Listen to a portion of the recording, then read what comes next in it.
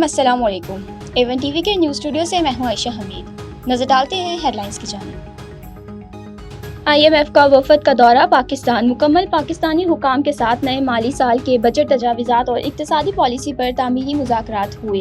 Budget 2026 کے اتفاق رائے کے لیے بات چیت جاری رہے گی۔ پاکستان کا پرائمری سرپلس کا ہدف 5 سے 7% تک لانے پر زور۔ علامی کے مطابق توانائی کے شعبے میں جاری اصلاحات پر بھی بات چیت ہوئی۔ اگلا جائزہ اجلاس رواں سال کی دوسری شش ماہی میں ہوگا۔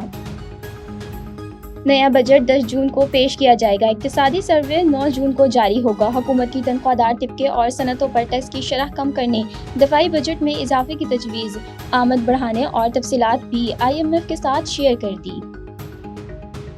شدید گرمی کے بعد باران رحمت متوقع۔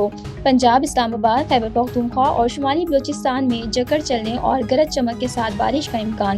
ملک کے دیگر علاقوں میں موسم گرم اور خشک رہے گا۔ فتنہ ہندوستان نے خضدار میں بچوں کو نشانہ بنایا۔ 51 معصوم زندگی کی جنگ لڑ رہے ہیں۔ دہشت گردی کے پیچھے کوئی نظریہ نہیں بلکہ بھارت ہے۔